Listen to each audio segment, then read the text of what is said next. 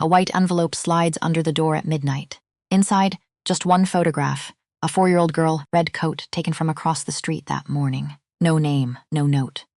Only the number in the corner, 8:52 a.m.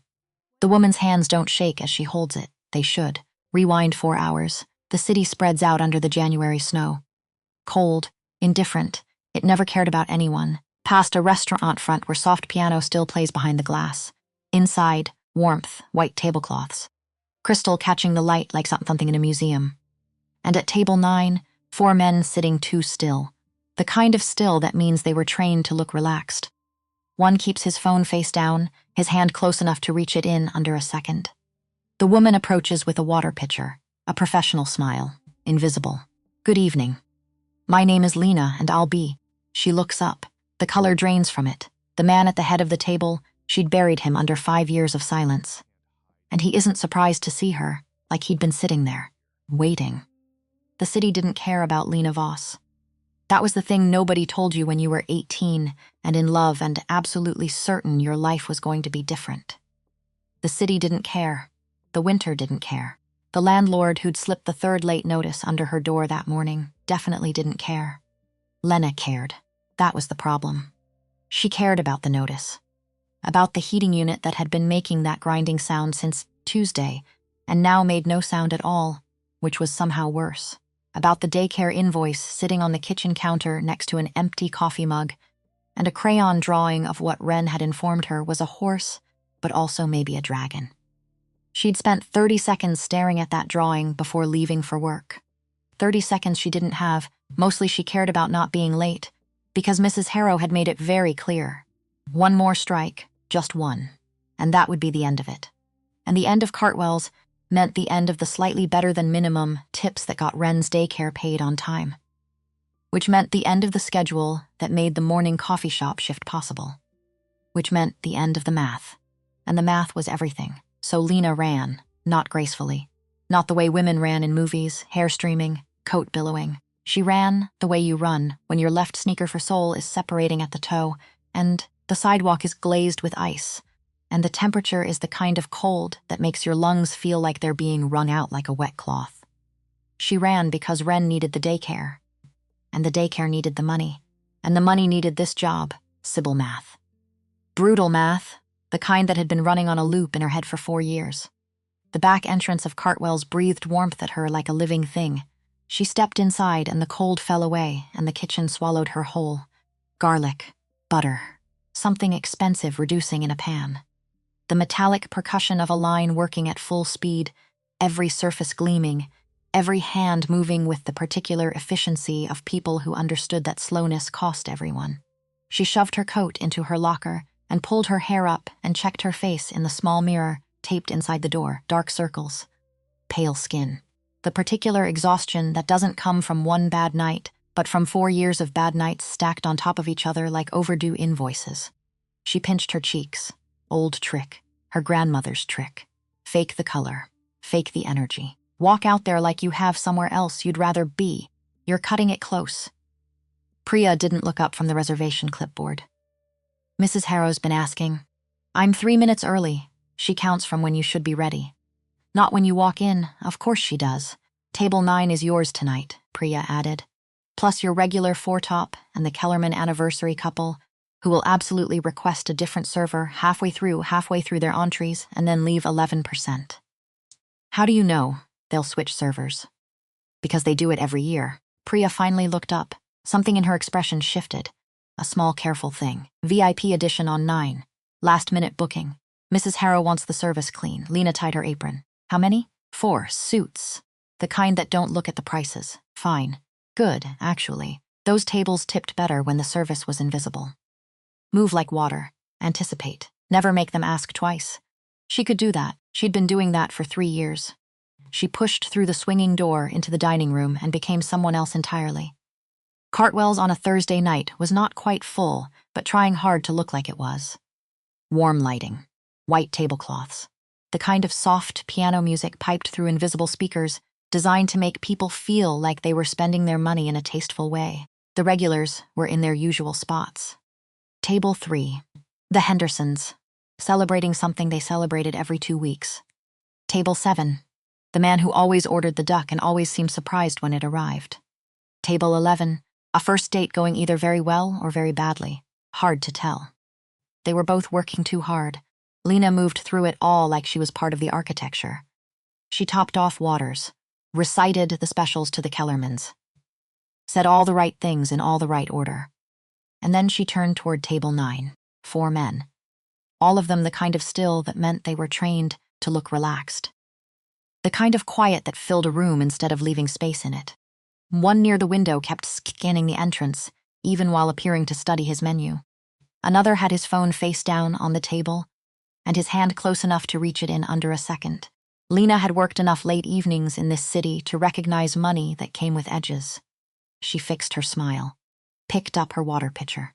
Professional, invisible. Water, specials, step back. She approached the table, started with the nearest chair and moved clockwise the way she always did. She was focused on the water level in the glass directly in front of her, which is why she didn't see him until she was already speaking. "Good evening, gentlemen. Welcome to Cartwell's. My name is Lena, and I'll be..." She looked up, and the sentence just stopped like a film reel snapping mid-frame, like a record scratching across a room that had suddenly gone completely silent. Even though the piano was still playing, and the kitchen was still roaring, and the Kellermans were still murmuring somewhere behind her, her brain did something embarrassing. It said, "Oh, just that, oh." Cormac Ashby, sitting at the head of the table like he'd been placed there by someone who understood exactly how much space he needed to take up, broader than she remembered. The boy she'd known had the lean, restless build of someone who spent his afternoons under car hoods and his evenings arguing about things that mattered to nobody but the two of them. This man was something different. Shoulders that a tailor had clearly spent serious time with. Dark hair, shorter and sharper than the careless waves she'd pushed back from his forehead in the dark of his uncle's garage. A jaw that had lost whatever softness 18 had left in it and replaced it with something carved and deliberate. And a scar, small, bisecting his right eyebrow at a precise angle. Not there 5 years ago. Not there the last time she'd seen his face. His eyes were the same. That was the thing. That was the particular cruelty of it. Everything else had changed, and those eyes had not moved an inch. Dark. Still. Fixed on her with the same quality of attention she remembered from when they were 17, and he used to look at her like she was the only problem worth solving. He was not surprised. That was what registered first. Before the panic. Before the cold wave of something she absolutely refused to name. He was not surprised to see her. Not even a flicker of it. The way a man sits still when he's been waiting, he knew. She didn't know how she knew that he knew. But she knew. "My name is Lena," she said again. Because apparently that was what her mouth had decided to do. Repeat itself. Very professional. The corner of his mouth moved. Just barely. Not quite a smile. "Something smaller and older than a smile, I know," he said. She took the drink orders. She wrote them down even though she didn't need to, because her hands needed yet something to do. The man sitting immediately to Cormac's left. Breck. She would learn his name later, though right now he was simply the one with the watchful eyes and the slow, careful way of turning his head. Glanced at her, and then at Cormac, and then back at her with the particular neutrality of someone professionally trained to observe and not react. She noted that. Filed it somewhere behind the panic. "We'll need a few minutes with the menus," said the man across from Breck. "Of course." She smiled at the table as a whole. Not at him specifically. Definitely not at him specifically. "I'll give you some time." She turned and walked back toward the service station and did not look back and did not let her pace change and did not make any of the 17 faces currently happening inside her chest appear on her actual face. "He's a customer. He's a customer at your table on a Thursday night. You have done harder things than this. You pushed a human being into the world in a hospital room with no one in the waiting area. You can take a drink order." She set the water pitcher down and Priya appeared from nowhere. "You look like someone just told you something very bad," Priya said quietly. "I'm fine. You're not fine. You're the color of the tablecloths." "I'm fine, Priya." Priya looked past her toward table 9, looked back. "Which one is it?" "None of them, Lena. All of them. I'm equally fine about all of them. Can I get those drink orders in, please?" She returned to the table. She set down the scotch in front of Cormac last. On purpose. She thought if she saved him for last, she'd have enough composure built up to simply place the glass and move away and be done with it. She was wrong. His fingers touched hers. Brief. Possibly accidental. Definitely not accidental. Thank you, Lena. The way he said her name, stop it. The way he said her name was exactly what she'd spent 5 years trying to forget. The particular weight he put on it. Like it meant something specific. Like it was a sentence with all the middle words removed and only the ones that mattered left standing. Are you ready to order? She said. Or would you like more time? More time, said the man across from Breck. Cormac said nothing, just watched her. The glass in his hand. That stillness that had no bottom to it. She walked away. She could feel his eyes the entire length of the walk back. Every single step. The rest of the service passed in a particular kind of controlled dissociation she had gotten very good at. She brought the appetizers. She described the specials when asked. She refilled glasses at the precise moment they needed refilling. Not too soon. Not too late. Occasionally she caught him watching her, not the way men watched servers. Not appraising or bored or calculating the tip. Watching her the way you watch something you've been looking for a long time and have finally, unexpectedly found in a place you weren't expecting. Stop it. He had left. That was the fact. That was the entire fact. He had been there, and then he had not been there, and then she had been alone in a bathroom at 7 weeks, holding a test and thinking, very calmly, actually, the calm that comes after the thing you were afraid of has already happened. Okay. So it's this. Not, where is he? Not, why didn't he call? Just, okay, so it's this. She had gotten very good at that particular brand of okay. By the time the check came, she was exhausted in the specific way that has nothing to do with physical labor. She brought the leather folder to his side of the table. Set it down. Stepped back. He opened it without looking at the total. Slid in a matte black card. She took it, ran it, brought back the receipt. He signed it with one fast stroke and held out the folder. She reached for it. He didn't let go. Not grabbing. Not rough. Just. Not releasing. It was a pleasure, he said. Low. For her, specifically. Not for the table. You've grown into yourself, Lena? She looked at him. There was a whole speech somewhere inside her. Years of it. Every argument she'd constructed at 3 a.m. and then carefully dismantled by morning. Because what was the point? Everything she decided she would say if she ever, hypothetically, impossibly, found herself standing across from him again. All of it was there, and none of it came out. Thank you for dining with us tonight, she said. Have a good evening, she turned. His hand closed around her wrist, not grabbing, not rough. Just. There, she went still. We should talk, he said. I'm working. His eyes moved briefly to the clock on the wall above the bar. Then back. You finish at 11, and then I go home. I'll wait. The weight of the table's attention shifted around them. She felt it without looking. Breck. The others. All of them very carefully, not watching. She pulled her wrist free. Don't, she said, and walked away. He waited. Of course he did. She came out the employee entrance at 11. 14 with her coat, half-buttoned, and her bag over one shoulder, and found him exactly where some part of her, the part she'd been arguing with all evening, had known he would be, the black car idling at the curb, the door already open. Him standing in the space between the car and the sidewalk in a long overcoat, with his hands in his pockets, and the snow just beginning. Not heavy snow. The kind that drifts. The kind that makes everything look like a held breath. No, she said, walking past him. It's late. I know what time it is. The bus doesn't come for 20 minutes. Then I'll wait for it. He fell into step beside her, not touching, not speaking. Just walking at the exact pace she was walking, which was the most infuriating thing he could possibly have done because it made ignoring him completely impossible. Lena, don't. I just want. I know what you want. She stopped walking. Turned, the snow settling on both their shoulders, on his expensive coat and her second-hand one. Neither of them the same.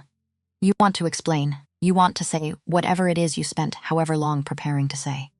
And it's going to be very reasonable and very Cormac. And it's going to account for all the things you couldn't control. And I'm going to stand here at 11 o'clock in the snow outside a restaurant in shoes that cost $12, and I'm going to listen to it. He was very still. So, she said. Go ahead. A long pause, the snow the distant sound of the city, muffled and indifferent. You're right, he said. About all of it, that was not what she expected. She opened her mouth, closed it. Of course he does that. Of course he just... I'm not going to explain it on a sidewalk, he said. Not tonight. But I need you to know. Don't tell me what you need. Another pause. Longer this time. Okay, he said. Which was also not what she expected. Because the Cormac she remembered did not say okay when he meant something else. He argued. He maneuvered. He found the angle. This man was standing in the snow saying okay and meaning it, and she didn't know what to do with that. She turned back toward the bus stop, took 6 steps, and then she said it, not because she'd planned to, not because this was the right moment or the right way. Just because it had been inside her for 4 years and he was standing 10 feet away, and she was tired, so tired. And something in his stillness had cracked something open in her chest, and the words came out before she could stop them. I have a daughter, she said, without turning around. She turns 5 in March. Nothing, no sound. Not even his breath. She turned. He was standing exactly where she'd left him, the math happening on his face, the subtraction. The particular stillness that comes when a number comes out differently than expected. How old, he said. Not a question. 4, she said. Her name is Wren. The snow drifted. A cab moved through the intersection behind him, indifferent and unhurried. His mouth opened, closed, and, for the first time in the entire evening, for the first time in 5 years, actually, Cormac Ashby had absolutely nothing to say. She walked to the bus stop. She got on the bus. She sat in the seat closest to the window and did not look back, except she did. Once, he was still standing there, in the middle of the sidewalk, the snow gathering on his shoulders, not moving. Just watching the bus pull away with an expression she hadn't seen on him before, like something had been decided without him. Sleep was a myth that night. Lena lay in the dark and listened to Wren breathe in the other bed, the steady animal rhythm of a child who has never once in 4 years had trouble sleeping. In, out, in, out. No hesitation, no inventory of the day's disasters. Just breathing, because breathing is what you do when you're asleep, and sleeping is what you do when it's nighttime. Cybele. Logical. Perfect. Lena stared at the ceiling. She'd told him that wasn't the plan. There was no plan, technically, but if there had been a plan, it would not have included standing outside a restaurant at 11 p.m. in the snow and dropping the central fact of her entire existence into the air between them, like a stone into still water. She played it back. His face. The stillness. The math, how old? Not, is she mine? Not, are you sure? Just, how old? Because the math was already running. Because he already knew before she confirmed it. Because Cormac Ashby had always been faster than he looked. She turned onto her side. In the other bed, Wren made a small sound and pulled her stuffed rabbit tighter. The rabbit had a name that changed weekly. This week it was Captain Buttons. Last week it was Margaret. Before that, simply the rabbit. Stated with great authority, because Wren at 4 had a phase of naming things with total accuracy and no sentimentality whatsoever. She had Cormac's eyes, not just the color, the quality, the steadiness. The thing that made you feel observed instead of just looked at. Like you were being considered seriously, rather than merely seen. Lena had spent 4 years watching her daughter discover herself, and 4 years quietly cataloging the parts that didn't come from her. The jaw, the patience, the absolute refusal to be rushed. All of it accounted for, all of it filed under. She'd been okay with it, mostly. She'd made her peace with it over time. You raise a child long enough and they stop being a reminder of someone else and start being entirely, irreversibly themselves. Wren was Wren. Not a ghost, not an echo, just Wren, but he knew now.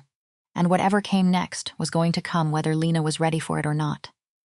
She looked at the phone on the nightstand. No messages, good, she thought. She thought it very firmly. Morning arrived with its usual lack of sympathy. Wren was up at 6:47, 7 minutes earlier than usual, which, in the economy of a preschooler, was practically the middle of the night, but apparently fine. Mommy, it's morning, it is. The sun is there. Wren pointed at the window with her whole arm, the way she pointed at everything, fully committed. That means morning. Smart kid. I know. She climbed onto Lena's bed and arranged herself cross-legged at the foot of it, Captain Buttons in her lap, and watched her mother with the patient attentiveness of a very small scientist. You didn't sleep? I slept fine. Your eyes are puffy. Thank you, Wren. They get puffy when you don't sleep. She tilted her head. Are you sad?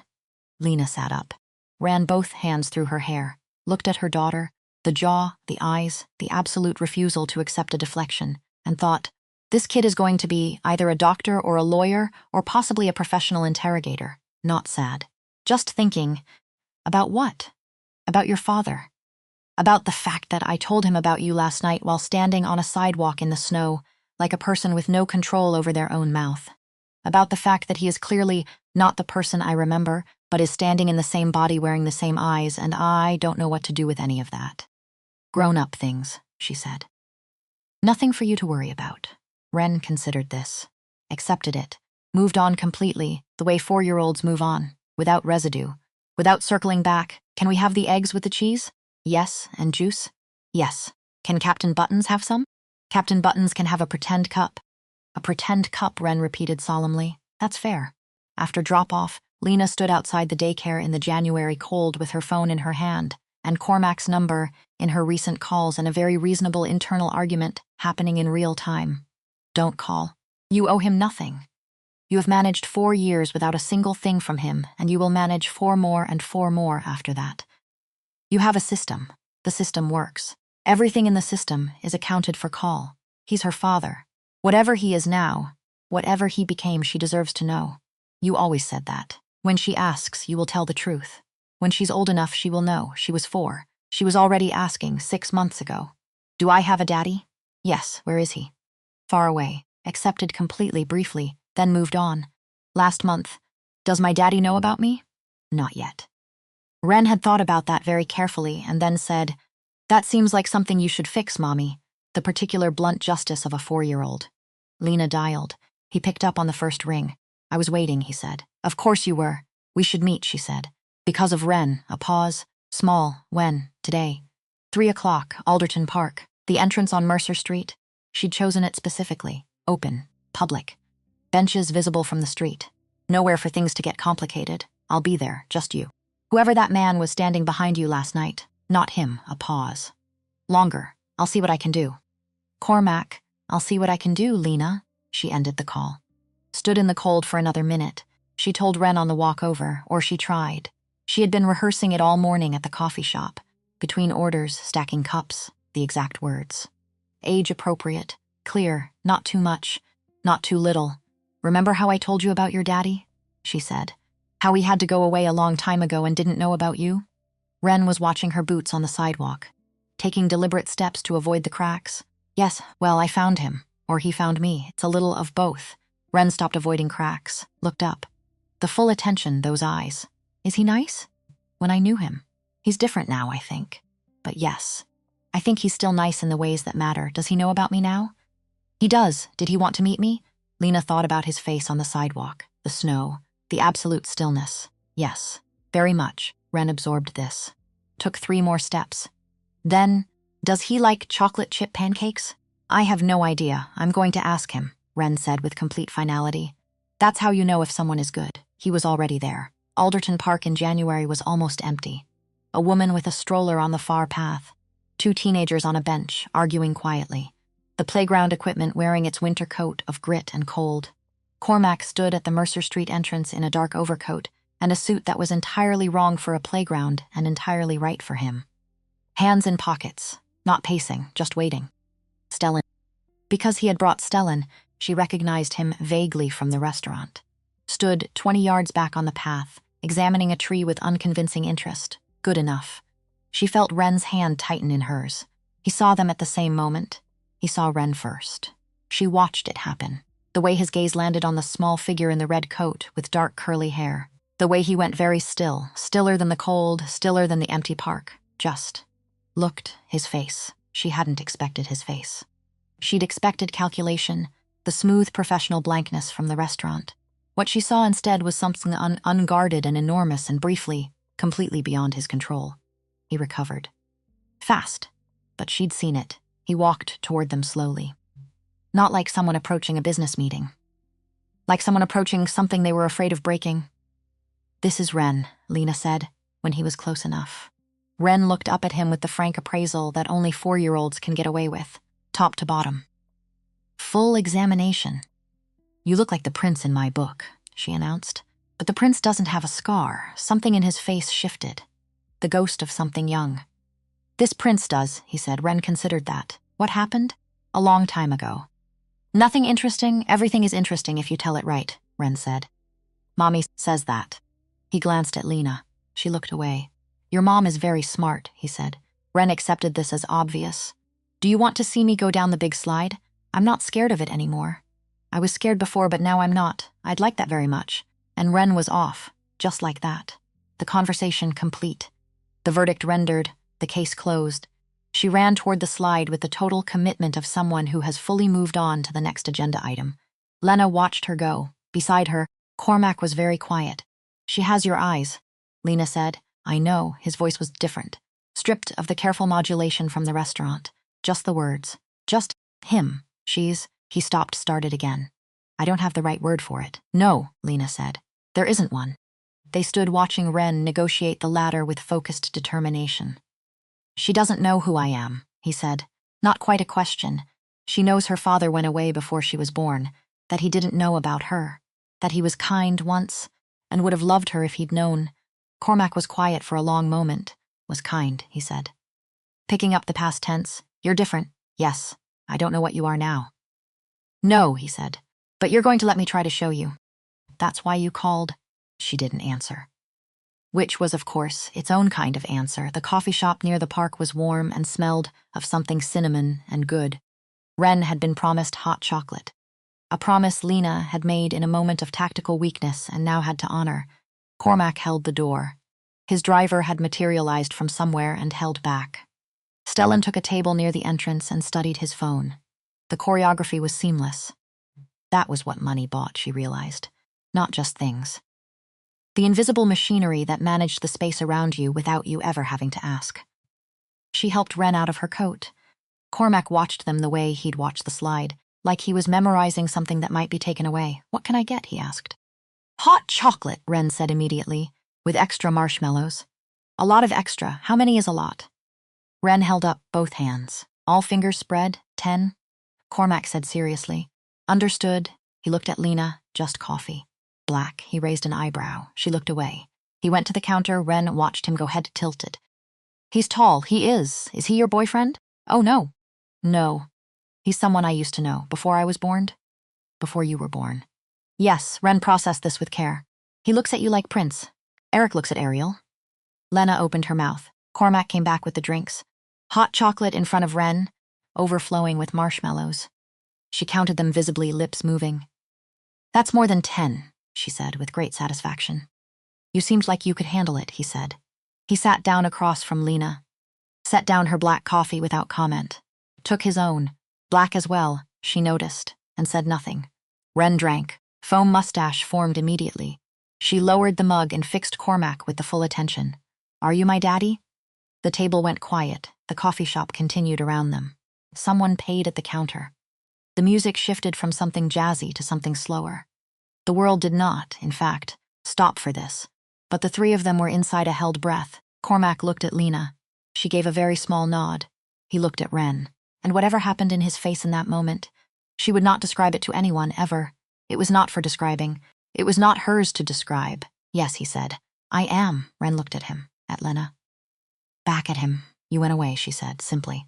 No accusation. Just the fact. The way she named things, with accuracy and without drama. I did, how come? I had to go somewhere far away. And I didn't know about you. He paused. If I had known, I would have come back sooner. Ren considered this with the gravity it deserved. A long, serious consideration. Okay, she said then. Can you make pancakes? He blinked. Yes, mommies are always a little bit burnt. She delivered this with diplomatic regret. Not bad. Just a little bit. I make them not burnt, he said. With chocolate chips? With chocolate chips. Ren nodded once, picked up her hot chocolate. The case was closed. Judgment rendered. Next agenda item. Lena stared at her coffee. She was not going to laugh. Absolutely not. She had not laughed in the presence of Cormac Ashby in 5 years, and she was not going to start now because of pancakes. She did not laugh, but it was very close. The car ride home. She'd agreed to it. The bus wasn't coming for 30 minutes, and it was 8 degrees, and Ren was already half asleep, on her feet. She agreed to it, and now she was sitting in the back of a car that probably cost more than her rent for the next decade. Ren's head tilted sideways and came to rest against Cormac's arm. He went completely still. He looked down at this small, warm weight that had simply chosen him as a safe place without asking anyone's permission. His face did the thing again. The large, unguarded thing that had no professional distance in it. He adjusted his arm carefully. Supporting her without waking her, the city moved outside the tinted windows. She trusts easily, Lena said quietly. Like her mother used to. She looked at the window. Her mother learned better. He didn't argue with that. Which was, she thought, probably the most important thing he'd done all day. The car pulled up in front of her building. She knew what it looked like through his eyes and had been knowing it all afternoon. The peeling paint on the upper cornice.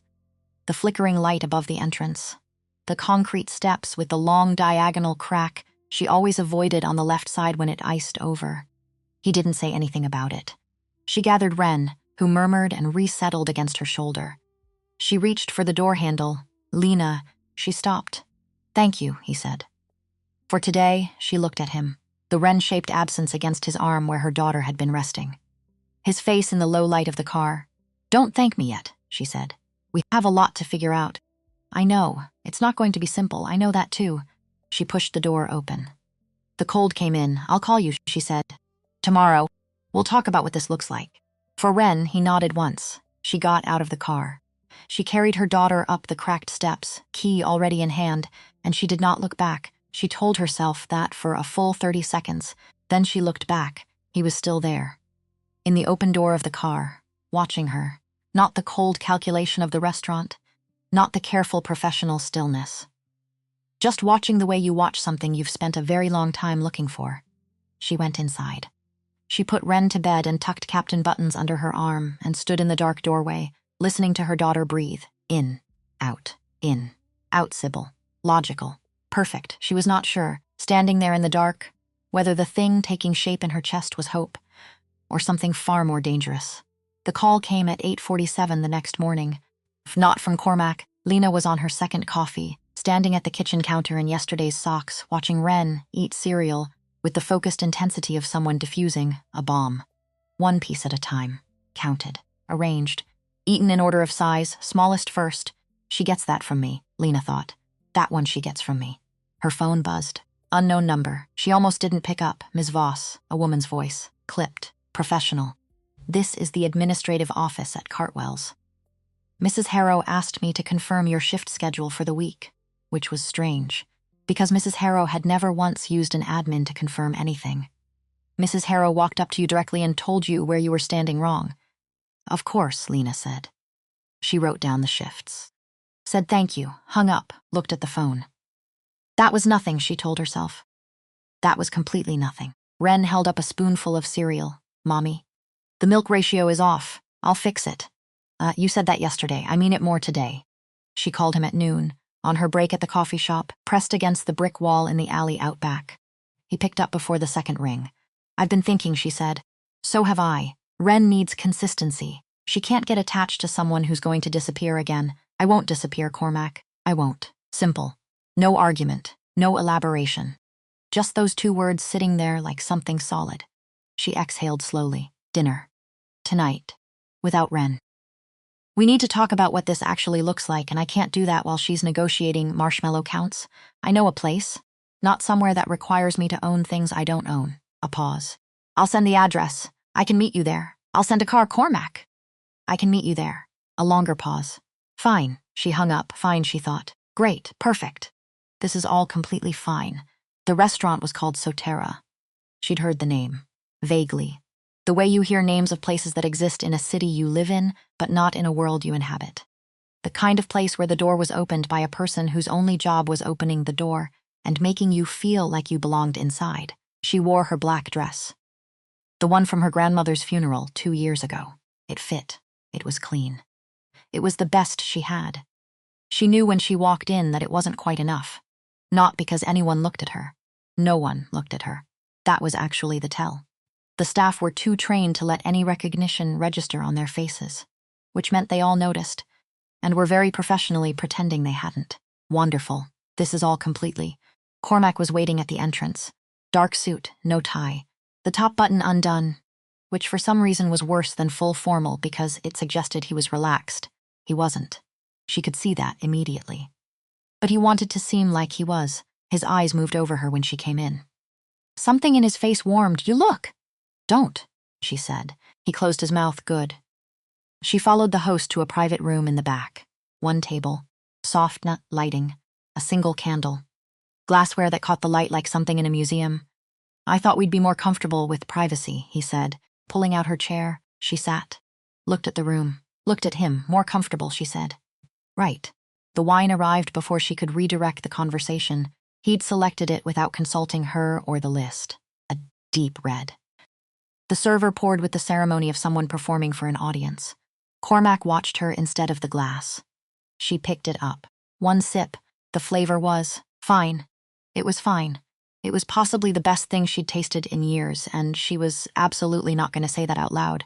You didn't ask me what I wanted. You said black coffee yesterday, which means you're not a sweet wine person. And the kitchen is doing a reduction tonight that needs something with weight. She looked at him. I pay attention, he said. I know you do.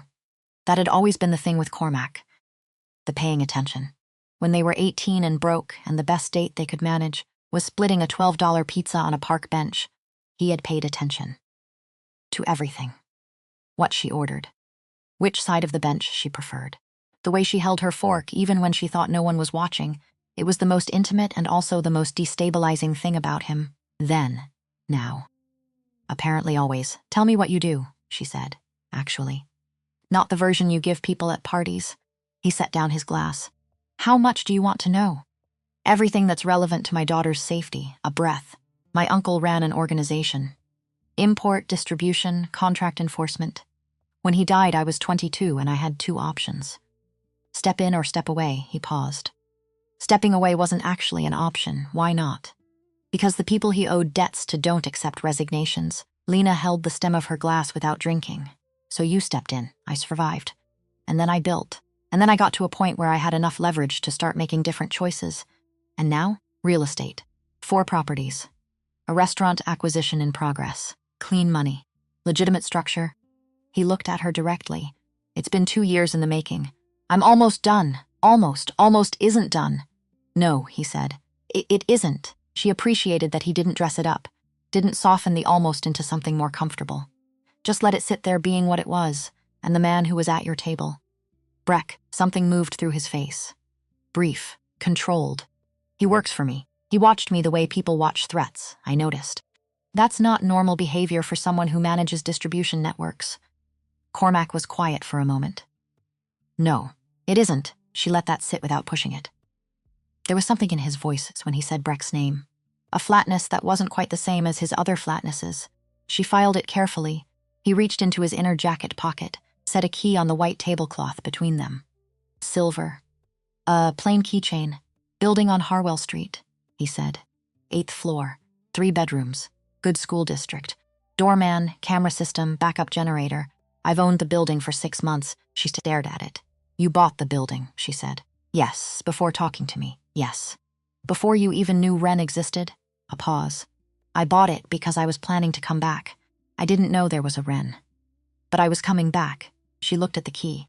The key looked back. That's not how this works, she said. You can't just acquire things and then present them as decisions I get to ratify. I know. I know, Lena. She picked up her wine, set it down. Why didn't you come back sooner? Real silence, not the considering kind. The kind where someone is deciding how true to be. Because I wasn't safe to come back to, he said finally. The first 3 years I was managing debts I hadn't made and enemies I hadn't chosen. If I'd found you then, you would have been in the crosshairs of every grievance anyone had with my uncle. And there were a lot of grievances. And now? Now, I'm the one holding the leverage. He met her eyes. No one moves against me without consequence. That includes anyone connected to me. She looked at him for a long moment. Is that supposed to be reassuring? Yes, it's not. I know that too, she almost laughed. Not because anything was funny. Because he kept doing it. Absorbing her pushback without deflecting, without justifying, just taking it in and sitting with it. It was disarming. And she was deeply suspicious of anything that disarmed her. She picked up the key, turned it over once, set it back down without pocketing it. Tell me what you're proposing. Specifically, he laid it out, the apartment, in Wren's name, held in trust, not contingent on anything Lena did or didn't do. The school fund, healthcare, monthly contribution to household expenses. Lena listened without interrupting. She didn't say anything for a long time after he finished, And in exchange, she said, "Nothing," he said. "She's my daughter. This is what fathers do. This is what fathers who are trying to re-establish trust do." "Yes," he said. "That too." She looked at the key on the tablecloth. "And us? Where does that fit in your proposal?" Something in his expression shifted. Not the professional blankness. The thing underneath it, "I'm not going to pretend I don't want, Cormac. What I've always wanted." He didn't look away. "But I'm not asking for that. Not tonight. Tonight I'm asking to be Ren's father. That's the beginning. Everything else, if it comes at all, comes after." She looked at him for a long time. "I need to think," she said. "I know, don't push me. I'm not pushing you. You bought a building, You bought a building, Cormac." He had the grace to look almost embarrassed. Point taken. She walked home. He offered the car. She refused. He offered to walk with her. She refused that too. She needed 30 minutes, and the cold air, and the city moving around her like it always did, indifferent and alive and not requiring anything from her. The streets were quiet, the particular late evening quiet of a city that has already had its Thursday and is settling towards sleep. Storefronts dark, a diner blazing yellow on the corner, the smell of exhaust and road salt, and something frying from somewhere she couldn't identify. She walked. She thought about the key, the school district, 3 bedrooms. She thought about Ren saying that seems like something you should fix, Mommy. She thought about his face when Ren fell asleep against his arm in the car. She thought about the word almost, and how it was not the same as done, and how it might never be the same as done. She did not think about the top button. Absolutely not. She got home, paid Mrs. Garfield from downstairs, checked on Ren. Asleep, Captain Buttons deployed in the armlock position that had apparently become standard, and stood in the dark bedroom doorway for a moment before going to the kitchen. She was going to make tea. Just tea. A normal cup of tea in a normal mug in her normal kitchen. She reached for the kettle and saw the envelope. It was under the door. Just the edge of it, white against the worn linoleum. She hadn't noticed when she came in because she'd been carrying Ren's daycare bag and her coat and her keys and the whole complicated weight of the evening. She picked it up white. No name, no address, unsealed. Inside, 1 photograph. Ren at the daycare entrance, red coat, dark curly hair, reaching up to push the gate button, which she couldn't quite reach yet and always had to jump slightly to touch today. The timestamp in the corner said 8:52 a.m., no note, just the photograph. Her hands were steady when she dialed. That was the thing she noticed first. She was standing in her kitchen at 11:30 at night, holding a photograph of her 4-year-old daughter taken from across the street, and her hands were completely steady, because she had no option for them not to be. He picked up before the ring finished. "Lena, someone put a photograph under my door." She kept her voice flat. "Functional. Ren. This morning. At the daycare entrance." Silence. Different from his other silences. This one had weight. "Don't touch anything else in the envelope," he said. "I'm coming, Cormac." 12 minutes. The call ended. She set the phone down. Looked at the photograph. In out. He was there in 11. She heard the car, then his footsteps on the stairs, faster than she'd expected. Not quite running, but close. He knocked twice. She opened the door. He looked at her first. Before anything else, a fast assessment, face, posture, all clear, and then she saw something move through him that had nothing to do with professional training. She handed him the envelope. He looked at the photograph for a long time without touching it. Then he pulled out his phone, photographed it. "Sent it somewhere, Stellan," he said, answering her unasked question. She watched him.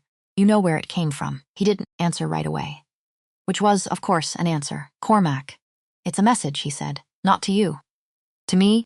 He set the photograph on the counter carefully. "Someone who knows I've come back, and who wants me to know what I have to lose. My daughter is not a positioning move." "No." Something in his voice went very flat. "She's not." "Then what are you going to do about it?" "I'm going to find out who sent this, and I'm going to deal with it." "Deal with it how?" A pause. "That depends on who it is." She held his gaze. "Is she in danger?" "Not tonight." "That's not what I asked, Lena." He stepped closer, not touching, just closer. "No one will touch her. I need you to hear that. Saying it doesn't make it true." "No." He looked at her steadily. "But meaning it does." She held his gaze in the bad lighting of her kitchen. The worn linoleum, the stack of bills on the counter, the crayon drawing on the fridge. "Pack what Ren needs for a few days," he said. "The Harwell apartment is ready. It's safer." I'm not uprooting my daughter in the middle of the night. Because someone slipped a photograph under a door. Lena. I will call you in the morning. We will talk about what to do with the information we have in daylight. And in the meantime, you will find out who this came from. A muscle moved in his jaw. Okay, he said. He looked at the photograph one more time. Then he left. She locked the door, put the kettle on, stood at the counter until the water boiled, poured the tea, drank it, chucked on Wren, still asleep, Captain Buttons still deployed. She stood in doorway and listened to her daughter breathe and thought about all the things she didn't yet know and all the things she was going to have to figure out. In, out, one thing at a time. The next morning, Stellan showed up at her door at 8:15. She knew it was him because she'd looked through the peephole. A habit she'd had for 4 years and recently had additional reasons to maintain. Mid-30s, broad, the same watchful stillness as everyone in Cormac's orbit. Dark coat, Ms. Voss. His voice was unexpectedly quiet. I need to talk to you, not on Cormac's behalf. My own. She looked at him through the door for a moment. Terrible idea, she thought. She opened it anyway. He came in, stood in the middle of her living room like someone who understood he didn't have the right to take up space and was actively trying to minimize the amount he used. Refused the chair she offered. Declined coffee. Just stood. How long have you been in the city? He said. 4 years. He nodded once. I've known about Wren for 18 months, he said. The kitchen went very quiet. I beg your pardon. Someone I know saw you at the market on Decatur. With Wren. Recognized you. Sent me a photograph. Nothing threatened. Just a sighting.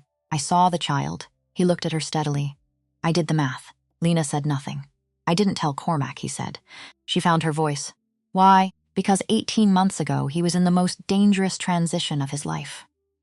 The last 2 people who'd held his uncle's position were both killed within a year of taking it. He'd spent 3 years building enough stability to survive a challenge, and he was this close. He held his thumb and forefinger almost touching. This close to being actually free. If I had told him about Wren, he would have been on your doorstep inside 24 hours, regardless of how safe it was. Regardless of what it cost him, maybe that was his choice to make. Yes, Stellan said, it was. And I made it for him. He didn't flinch from it. I'm not asking you to forgive me for that. I'm telling you because you deserve to know. And because the photograph under your door last night, someone else made the same connection I did. Except they're not trying to protect you with it. Lena sat down on the arm of the couch. Who? She said. His name is Harlan Voss. A pause. No relation. It's a common name. Harlan. He was the power behind Cormac's uncle for 20 years. When Cormac consolidated the organization, Harlan lost his position. His income, most of his influence. Stellan's voice was entirely neutral. He's been watching for an opening for 2 years. Wren is an opening. Lena looked at the wall. Wren's latest drawing was taped there. A family, apparently. Labeled in her emerging handwriting, Mommy. Me. Captain Buttons. And then, in a slightly different crayon, recently added, Daddy. Does Cormac know about Harlan? Yes. He's known Harlan was watching for over a year. Does Cormac know that you knew about Wren? Stellan was quiet. Which meant no, you need to tell him, she said. Yes, today. I know. She looked at him. Why are you telling me first? He considered the question carefully. Because you're the one who needs to decide whether to trust him. And you can't make that decision with incomplete information. He paused. Cormac will handle the threat. He's very good at handling threats. But he's not always good at understanding what the person in front of him actually needs to hear. She thought about the key, the bot building. The wine selected without asking. No, she said. He's not. He's trying, Stellan said, for what it's worth. I've known him for 9 years. I've never seen him try at anything the way he's trying at this. She didn't respond to that. Tell him today, she said. Before he hears it from someone else. Stellan nodded once. Moved toward the door. Stopped, she looks like him, he said. Around the eyes, I know, Lena said. He left. She sat on the couch for a long time, then she texted Cormac. We need to talk. Come here. Not a restaurant. He came at noon. Just him. She let him in. He looked around the apartment with the same eyes he'd used the first time, cataloging the space, the layout, different from how a real estate person would look. More like how someone looks when they're assessing a perimeter. Stellan told me, he said, before she could speak. She looked at him. He called you, on the way here, something in his jaw? He told me everything. She watched his face. The controlled anger. The thing underneath the controlled anger, which was worse because it was directed inward. He was trying to protect you, she said. He made a choice that wasn't his to make. Yes, he did. She sat on the arm of the couch. So did you, 5 years ago. You decided what was best for me without asking. He looked at her. I'm not saying he was right, she said. I'm saying maybe you understand the impulse better than you'd like to admit. A long silence. That's fair, he said, quietly. Like it cost him something, she exhaled. Tell me about Harlan, he told her. Not everything. She could tell there were corners he was steering around. But enough. The history, the displacement, the 2 years of watching and waiting. He's not going to move on Ren directly, Cormac said. That's not his method. He wants leverage. He wants me off balance, reactive, making decisions from fear instead of strategy. So last night was a message. Yes. To make you know what you have to lose? Yes. She looked at him. And now you do. Something in his face. Not the professional blankness. The real thing. I knew before the photograph, he said. I knew the second she asked me if I could make pancakes. She almost smiled. Stopped herself. What are you going to do? She said. I'm building a case. 2 years of financial records. Transactions that connect back to operations the FBI has been watching for 4 years. I've been sitting on this material as protection, a deterrent. In case Harlan ever moved, he's moved. Yes, she looked at him for a long moment. Cormac, how close is this to being over? He met her eyes. Closer than it was a week ago. That's not an answer, no. But it's the honest version of one. She stood up, walked to the window, the street below, ordinary and indifferent, and doing exactly what it always did. Move us to the Harwell apartment, she said. He went very still. Not forever, she said. Not as a commitment to anything beyond Ren's safety. Just until this is done, she turned. But you do it the right way. We look at the apartment together. Ren gets to help set up her room. We explain it to her as an adventure, not a crisis. She held his gaze. And you tell me everything, not the managed version. Everything, Lena, everything. Or we don't move anywhere and you handle this at a distance and we go back to exactly what we were doing. A pause. Everything, he said. Sunday. She'd been thinking about this moment all week, not the logistics of it, just the general shape of Cormac Ashby in her kitchen, in the morning light, making something the reality was. He was wearing a dark sweater instead of a suit jacket, and he still looked like a person who had never in his life owned anything cheap. He was studying the bag of flour with the expression of someone who had made a specific promise to a very specific 4-year-old and was taking it with complete and absolute seriousness. And Ren was standing on a chair pulled up to the counter, in her pajamas with the rabbits on them, arms folded, overseeing the entire operation. The ratio, Ren said, is very important. I know. Last time Mommy said she measured, and she did not measure. I'm measuring, I'm watching, I can see that. Lena stood in the doorway with her coffee. She had been standing there for approximately 3 minutes. She had meant to walk in and participate, except Cormac was cracking eggs one-handed, not showing off. Just the way he did it. The way some people do things, efficiently, without ceremony. Ren was watching technique with pure scientific absorption. How did you learn that? Ren asked. My uncle taught me. A long time ago. Was he nice? A pause. Careful. Sometimes. Ren considered this. Mommy says most people are nice if you get to know them right. Your mom is smarter than most people. I know. Without any irony whatsoever. She says that about herself too. Lena, in the doorway, absolutely did not make a sound. More chips, Ren said, watching him measure. More than that. That's already quite a lot. Daddy. More, he added more. Without argument, without negotiation, the word had happened again. Casually. The way Ren deployed it now. Not a label. Not a test, just a fact of the world, filed in the same category as the sun means morning and the milk ratio is important. Cormac kept his eyes on the bowl, but she saw it. The slight shift of his shoulder. Just once. Just briefly. She walked into the kitchen. Coffee's fresh, she said. He looked over. That look she didn't have a name for. The one with no professional distance in it at all. Thank you, he said. Ren pointed. You're not watching the bowl. Sorry, boss. Boss. Ren absorbed this with enormous satisfaction. Lena poured herself a top-up and leaned against the counter and watched them. She was still scared. She wasn't going to pretend otherwise. Harlan was still out there. The word almost was still sitting in the middle of everything, like a stone in a road. But Ren was directing pancake production with total authority. Cormac was following orders. The January light was coming through the window at the right angle. the particular morning light that made even modest kitchens look like somewhere you'd want to be. And for the first time in 4 years, maybe longer, the kitchen didn't feel like a place where she was managing something alone. Don't, she told herself. Don't let one Sunday morning, Mommy, Wren, without looking up from the bowl. Stop thinking so loud. Cormac looked at her. She looked at him. Can you tell when she's doing it too? Lena asked. Yes, she does this thing with her eyebrows. I know which thing. She gets it from. Don't say me. I was going to say your mother, he said. Which was a lie. And they both knew it was a lie. And neither of them said so. Lena almost smiled, stopped herself, then didn't bother stopping. That afternoon, Stellan came. Wren was napping. Lena and Cormac were in the kitchen with coffee, and the quiet understanding that they were both waiting for the other shoe, whatever shoe it turned out to be. Stellan sat, which meant it was serious, because Stellan never sat. Breck, he said. Cormac went still. Talk, he said. The photograph. I traced the camera angle. Cross-referenced with the neighborhood coverage we pulled, Stellan looked at Cormac directly. It came from inside. Someone who knew about Wren because you told them, or because they were there Thursday night. The silence had texture. Who was in the car Thursday, Lena said. The driver. And Breck was at the restaurant. He knew where you were going after.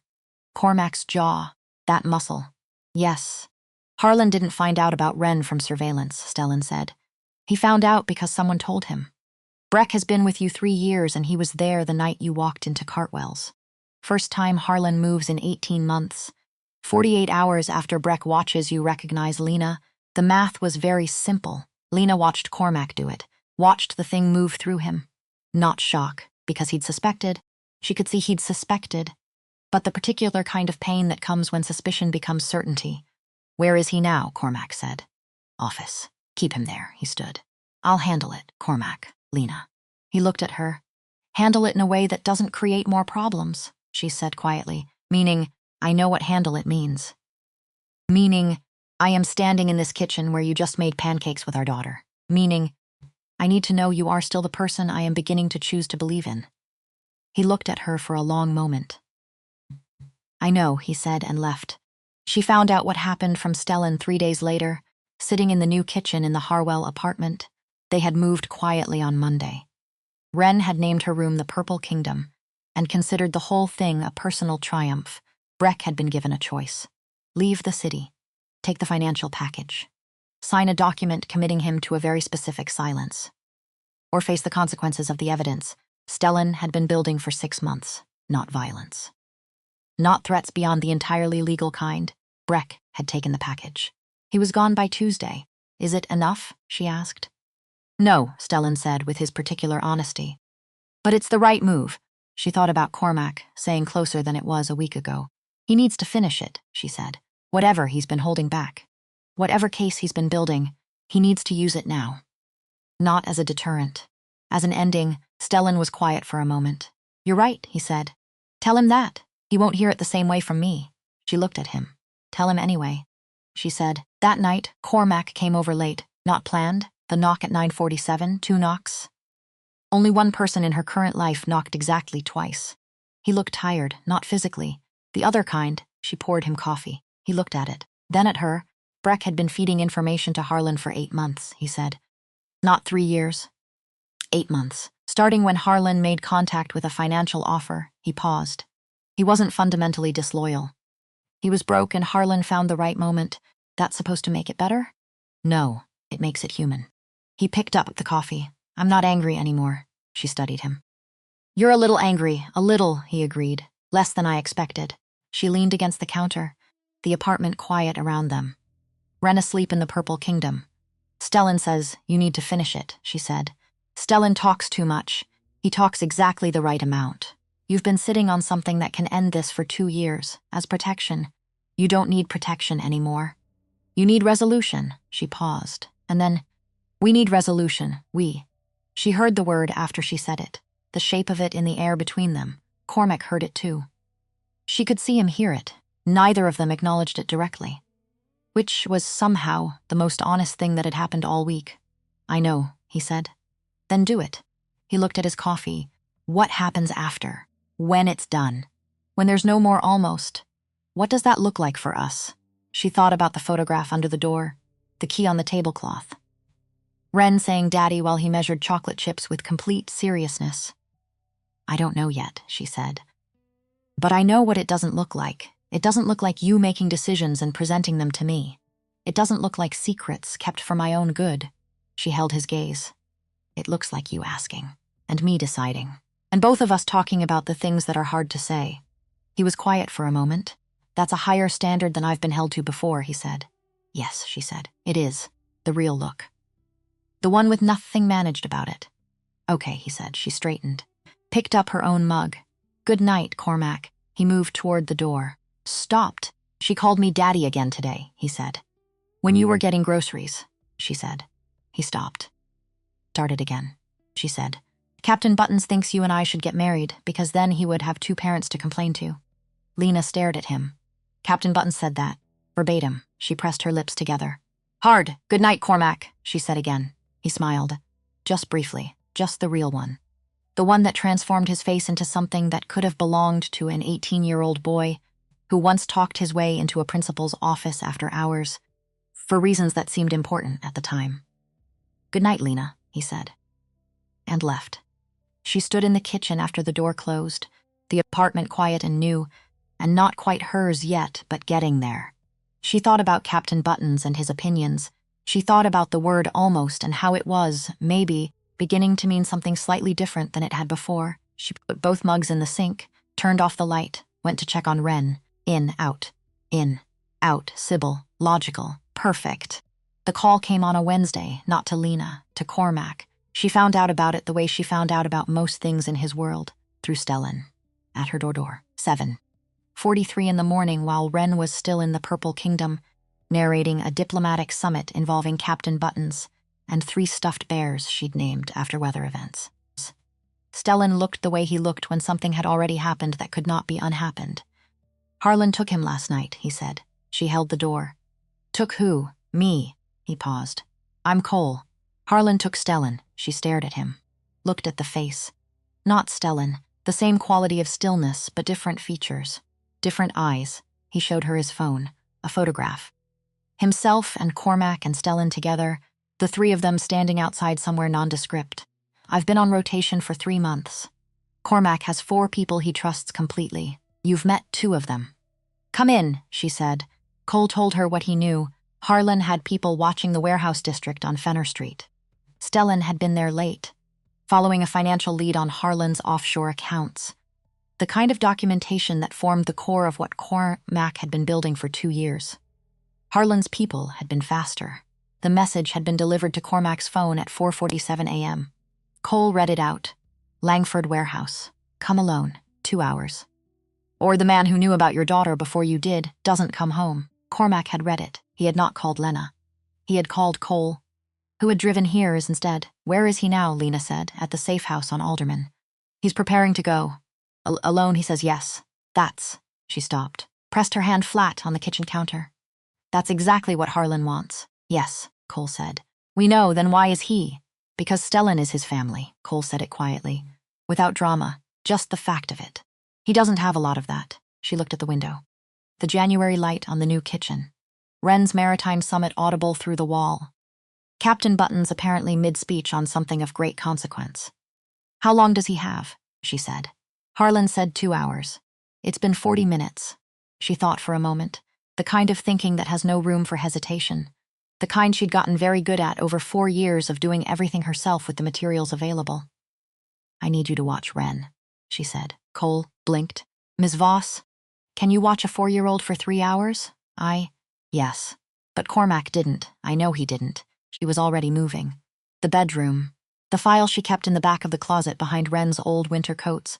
The file she'd started building 10 days ago. Because she was not an idiot. And she had not survived 4 years alone by waiting for someone else to solve the problem in front of her. The file. She'd started it the night after Stellan had told her about the 18 months he'd known about Ren. Not out of anger, out of clarity. I am in this now, she'd thought. Whether I chose it or not, and if I am in it, I am not going to stand at the edge of it watching. So she had asked questions, careful ones, not to Cormac, to Stellan, who had answered most of them. About Harlan. About the offshore accounts. About the federal interest, Agent Darrow. Specifically, who had been building a case against Harlan's operations for 4 years and was, Stellan had mentioned in passing, increasingly frustrated by the pace of it. Lena had written down the name. She was not a lawyer, not an investigator. She was a 23-year-old woman with 2 years of unfinished early childhood education and 4 years of experience solving every problem in front of her with whatever materials were available. The materials available included Stellan's documentation, which he had left on the kitchen table during one visit and she had photographed carefully before he took it. Harlan's name, his company names, the transaction dates, and a federal agent who wanted to close a case. She had called Agent Darrow 6 days ago. She had not told Cormac, not because she was deceiving him, because she hadn't been certain it would matter, because she'd wanted to have something real before she put it in front of him, because she was not the kind of person who asked permission to solve problems. The file held the documentation, her notes. Darrow's number programmed into her phone under a contact name that would mean nothing to anyone reading her screen. She called. Darrow picked up on the second ring. "We have a situation," Lena said. "Harlan moved last night. He's holding leverage at the Langford warehouse, and Cormac Ashby is planning to walk in alone in approximately 75 minutes. The sound of movement, papers, a chair. Tell me exactly what you know," Darrow said. She told him everything. The photograph under the door, Breck, Stellan's documentation, the 2 years of financial records Cormac had been holding in reserve, the specific structure of Harlan's offshore network that Stellan had mapped before he was taken. "This is enough," Darrow said. The particular flatness of someone who has been waiting for a specific door to open and is now looking at it standing open. "I know," she said. "I need Ashby to cooperate. He will. You're certain?" She thought about Cormac standing in her kitchen saying "I know" every time she held a line, saying okay when he meant it. Building 2 years of material he never used because he was saving it for the moment it actually mattered. "Yes," she said. "I'm certain. Langford warehouse. We'll be in position in 50 minutes. A brief pause. "Ms. Voss?" "Yes." "Don't let him go in before we're set." She looked at the file in her hands. At the morning light on the kitchen counter. At the closed door of the Purple Kingdom. Where her daughter was running her summit with full diplomatic authority. "I know what I'm doing," she said. The safe house on Alderman was a 3rd-floor apartment in a building that looked entirely ordinary. Which was, of course, the point Cole drove her, silently. She appreciated that. She knocked. Cormac opened the door. He looked at her, then at Cole behind her. Something moved through his face. Not anger. Worse than anger. The expression of a man who has been trying to protect someone and has just discovered they've moved completely around him. "Go inside," he said to Cole. Cole went inside. She and Cormac stood in the doorway. "You can't be here," he said. "I am here, Lena. Darrow has 50 minutes to get into position. So you have 50 minutes before you do anything." A pause. "You called the FBI," he said, 6 days ago. The silence had weight to it. "You've been building this for 6 days?" "Yes, without telling me. You didn't tell me about the warehouse until this morning," she said. "We're even," his jaw. "This isn't the same thing, no. It's better. Because I'm not asking you to walk into a room alone. I'm asking you to walk in with federal agents already in position before you arrive." She stepped forward, just slightly. Someone had to think instead of react. He looked at her, a long look. The real one. No management in it. No distance. "Is Stellan safe in there?" he said. "Darrow says Harlan won't move on him before you arrive. He needs you cooperative. That's the whole point of this." She paused. "He's not going to hurt Stellan. He's going to use Stellan to make you kneel. That's what this has always been about. I know what it's about. Then stop planning to give him what he wants." A long pause. He stepped back from the door. She walked in. The safe house was 4 rooms. Functional. Clean. A folding table with a laptop and printed maps and the organized mess of men working under time pressure. 2 men she didn't know looked up, looked at Cormac, received a microscopic nod, returned to the maps. Lena set her phone on the table. Darrow's number on the screen. 43 minutes, she said. That's how long before they're in position. Cormac looked at the phone, at her. "What did you give him?" "Everything Stellan documented. The offshore accounts, the transaction network, the company structure," she paused, "and 2 years of your records that Stellan said described to me. The ones you've been holding, those records, are the thing that ends this," she said, "not a deterrent." An ending. That's what you said you wanted. He was very still. Stellan told you about those records. Stellan talks to me the way people talk to someone they trust to use information carefully. A beat. You have to give them to Darrow, she said. All of it. Today. When this is over, if I give Darrow everything, you walk away clean. Or you walk away with conditions you can manage. Either way, you walk away. She paused. You said you were almost done. Almost is not done. And I need done. I need. She heard the words after she said them. The shape of them. He heard them too. He looked at her for a long moment. You said I need, he said quietly. I did. Not Ren needs. Not, I know what I said. The room went very quiet. The two men by the table became deeply interested in the maps. Cormac picked up her phone, looked at Darrow's number. Set it back down. Tell me the plan, he said. The plan, Cormac would go to Langford alone, as Harlan demanded. Enter the warehouse. Engage Harlan in conversation, which Harlan would want, because Harlan had always been a man who needed to be heard defeating you, not just defeating you, Darrow's people in position before he arrived. 6 agents, 2 entry points. 1 exit secured. The moment Stellan was visible and confirmed safe, Darrow moved. Cormac's job was to keep Harlan talking long enough for that to happen. He'll want me to acknowledge what he's built, Cormac said. He'll want the speech. 20 years with my uncle. What he's owed. What I took from him. Can you give him that? Lena said. I can give him whatever he needs to hear for 10 minutes. Good, he looked at her. You're calm, yes, this doesn't. I'm terrified, she said. Simple, flat, but being terrified doesn't help Stellan. So I'm being calm instead, she paused. I've had a lot of practice. He looked at her for a moment. 4 years, he said. 4 years. Alone, yes. He didn't say anything to that. Because there was nothing to say that didn't land as apology or justification, and she didn't need either one. He just looked at her. The full weight of it. I'm going to finish this, he said, I know. And then, one thing at a time, she said. Finish this first. She waited at the safe house. Cole stayed with her. The 2 other men left with Cormac. The apartment went quiet. She sat at the folding table with her phone in her hand and Darrow's number 1 touch away and tried not to think about the Langford warehouse, the layout she'd never seen, the man she'd known at 18 and was still, against all reasonable judgment, beginning to trust again. Don't, she told herself, don't think about that right now. She thought about Ren instead. Ren, at the Harwell apartment with a babysitter Lena trusted, who had been told that morning that Mommy had a very important errand and would be back by lunch. Ren, who had looked at her mother with those steady dark eyes and said, Is it about Daddy? And Lena had said, Yes, a little. And Ren had said, Tell him to be careful because I haven't taught him all the pancake rules yet. Lena had pressed her face into her daughter's curls for 4 seconds. Then she had gone. Cole made coffee. Terrible coffee. She drank it anyway. 20 minutes, 30. Her phone rang. Darrow. We're in position. Ashby is approaching now. Stellan. Confirmed visible. Restrained but walking. A pause. Your man is good. He walked in like he owned the place. He did own it once. How long, she said. We move when we have eyes on both of them in the same frame. 5 minutes. Maybe 10. She set the phone on the table, pressed both hands flat on the surface, looked at the wall. Cole, across the table, said nothing, which was correct. In, out, one thing at a time. It was 7 minutes. The call came at 10:14. Done, Darrow said. Harlan is in custody. Ashby is fine. Stellan has a split lip and a grievance, but he's walking, she exhaled. All the way out. Everything she'd been holding since 7:43 that morning. Thank you, she said. Miss, a pause. I'm going to need Ashby in my office at 3 o'clock. With the records you described, he'll be there. You're confident? Yes. Another pause, slightly longer. You're an interesting person, Darrow said. I'm a mother, she said. We solve problems. She hung up. Cole was looking at her. Done, she said. He let out a breath that had clearly been building since dawn.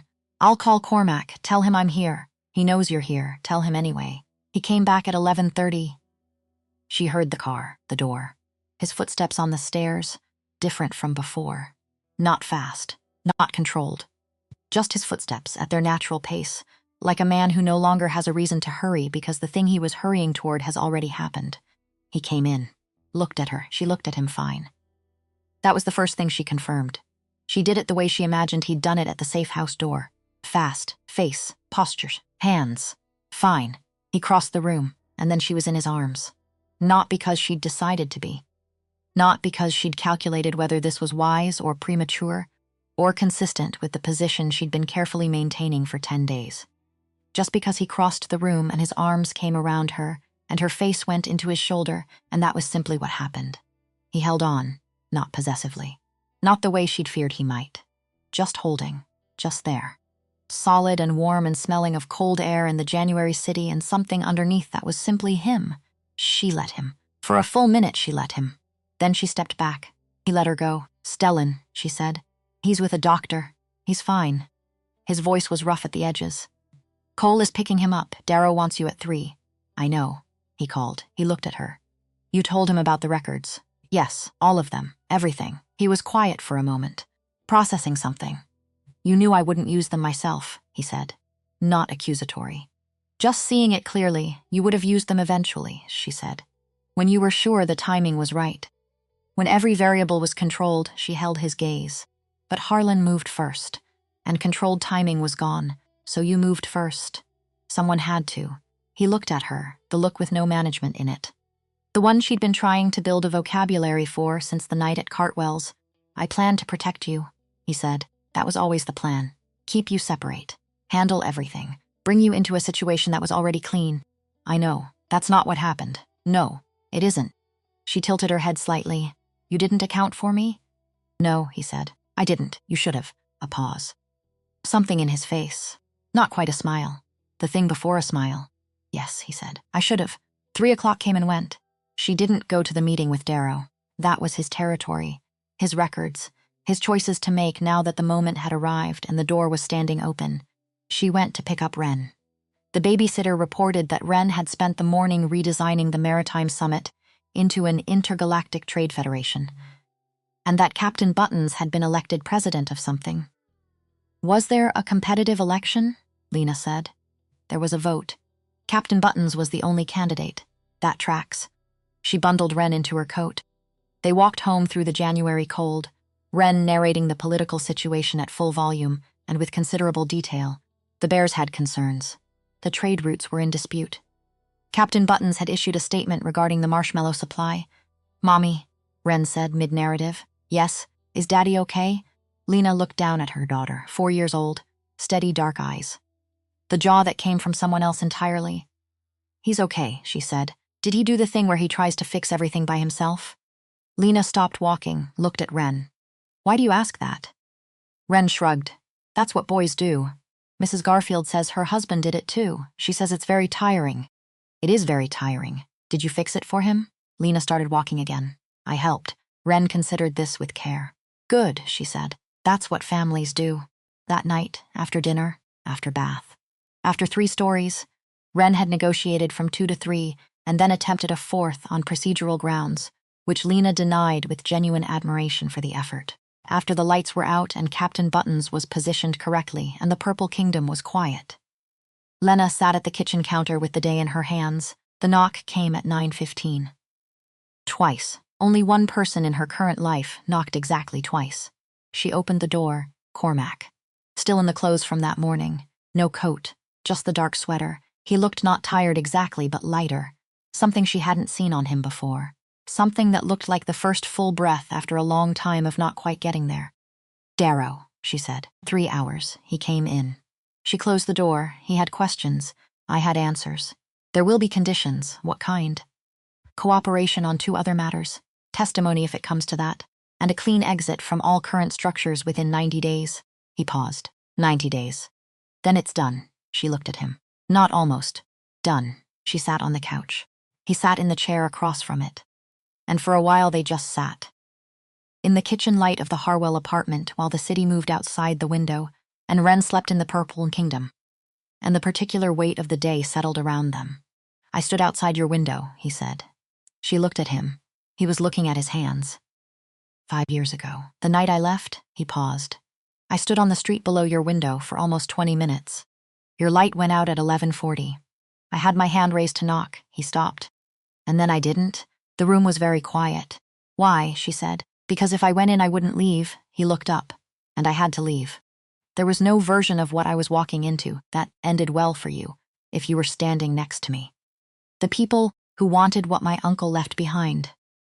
They weren't careful about what they destroyed to get it. I had to become someone they were afraid of before I was safe to be near. He paused. I thought leaving was the only way I could protect you. She looked at him for a long moment. You chose for me, she said. Yes, without asking, yes. You decided what I could handle. He didn't look away. Yes, and I was wrong. I know that now. He leaned forward, forearms on his knees. If I had gone in that night, if I'd told you what was happening, what I was walking into, you would have told me to go. You would have said go and come back when it's over, and I will be here. Yes, she said. I would have, and I couldn't bear that, he said. Being someone you had to release in order to survive. So I didn't give you the choice, he exhaled. That was the most arrogant thing I've ever done. And I've done some arrogant things. She looked at him. The apartment, the soft light, his face without its professional shell. The boy I knew would have hated who you became, she said. Not as an accusation, just the truth of it, I know. He was kind, reckless. He thought the world was more fixable than it is, she paused. He stood on the wrong side of a door for 20 minutes because he was afraid of what it meant to stay. Yes, so was he, she said. Afraid of what it meant to stay, something in his face. Yes, he said. He was. She was quiet for a moment. The man in front of me, she said. The one who drove 11 minutes to a midnight door because I called. Who measured chocolate chips because a 4-year-old told him to. Who handed a federal agent everything he'd spent 2 years protecting because someone else decided the moment had come. She paused. That man is afraid of different things. Yes. What is he afraid of? He looked at her. Steady. Completely still. Getting this wrong, he said. Having you in front of me, after everything, and still managing to get it wrong. The room held that for a moment. Then don't, she said. I'm trying. Try differently. She looked at him. Don't make decisions for me. Don't acquire buildings without asking. Don't protect me from things I have the right to know about. She held his gaze. Ask. And I'll decide. And if I decide yes, then we do it together. And if I decide no, then that's the answer. He absorbed this, Lena. Yes, can I stay? Tonight, on the couch with the lumpy cushion on the left side a beat. I noticed it, she almost laughed, stopped herself. Then didn't bother. The cushion is lumpy because Ren uses it as a launching pad, she said. I'll survive. You've survived worse, considerably. A pause. Can I stay? She looked at him. This man in her kitchen, in her apartment.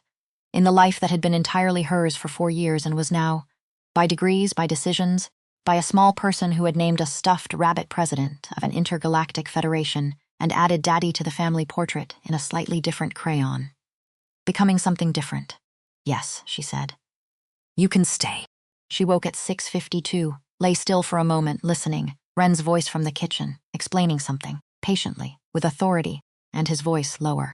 Asking a question. And Ren again. Patient. Like explaining something to someone who is willing but needs guidance. She lay there and listened to the two of them in the early morning. The particular, ordinary, extraordinary fact of it. Then she got up, the kitchen, Ren on the chair. Cormac at the counter, flour, eggs, chocolate chips already out. Ren holding a small piece of paper covered in crayon markings. That, Lena said, stopping in the doorway, is a recipe. It's my recipe, Ren said. I made it. It has the correct amounts. Lena looked at the paper. The amounts were expressed in units that appeared to be called handfuls and a lot, and one entry that simply said the right number of chips. Very precise, Lena said. Science requires precision, Ren said. Mrs. Hartley says that. Cormac looked at Lena over Ren's head. Something in his face. Not the enormous thing from the park. Something quieter. Something that had found its resting place. Coffee's ready, he said. She went to the counter, poured herself a cup, stood next to him while Ren exhausted her recipe with surgical focus. How long have you been up? She said quietly. Since 6. She found me on the couch at 6:15. Told me we were making pancakes. A pause. I didn't really have input on that. Nobody does. She has a system. She always has a system. He looked at Ren. Then at her. She told me I should ask you something. Lena paused with her coffee halfway to her mouth. Should I be concerned? Probably not. She said I should ask if we could all go to the park today. After pancakes. Because Daddy needs to learn that the big slide isn't scary if you hold the sides.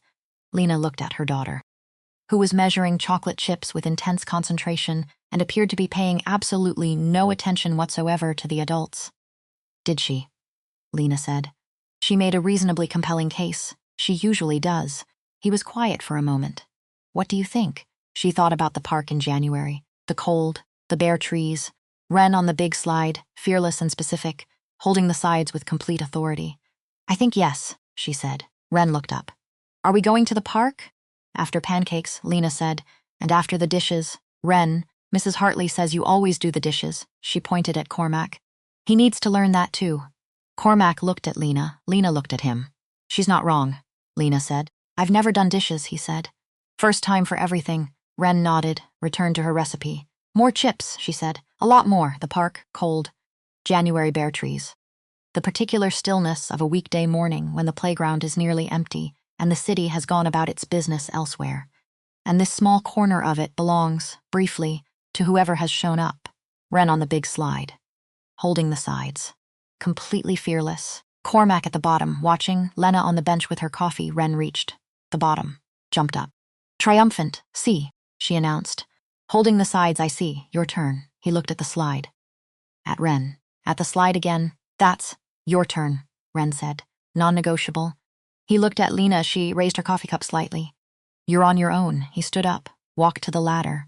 And Lena watched Cormac Ashby, a man who had once made an entire warehouse full of dangerous people afraid of him, who had held the leverage of 2 years of evidence, like a card to be played at precisely the right moment, climb a playground slide with complete and total seriousness, and hold the sides. Ren was at the bottom, hands clasped. The expression of a judge. He came down. Ren nodded once.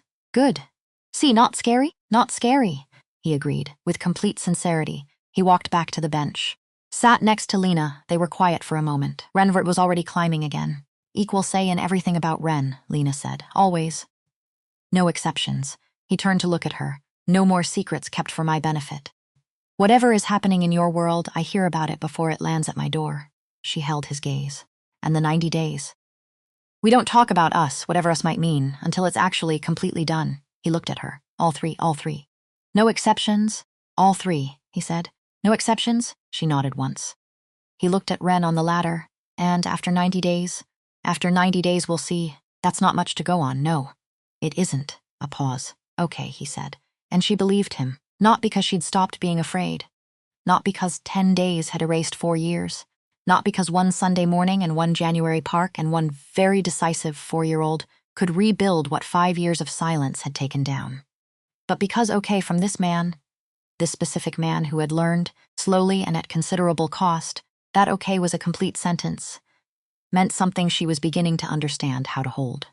Ren came down the slide, ran to them, climbed onto the bench between them with complete authority, and sat there like someone who had personally engineered this specific seating arrangement, and was satisfied with how it had turned out. Captain Buttons wants to come to the park next time, she announced. Captain Buttons is a stuffed rabbit, Lena said. He has opinions. He's not real. Ren looked at her, patient. The steady dark eyes, the jaw that came from the man sitting on the other side of her. Mommy. All the best people are a little bit imaginary. Lena opened her mouth, closed it, looked at Cormac, who was looking at Ren with the expression she would never be able to describe. The enormous quiet thing that had no professional distance in it at all. She's not wrong, he said. I'm never wrong, Ren said, and slid off the bench to return to the slide, the walk home, cold. The city doing its ordinary things.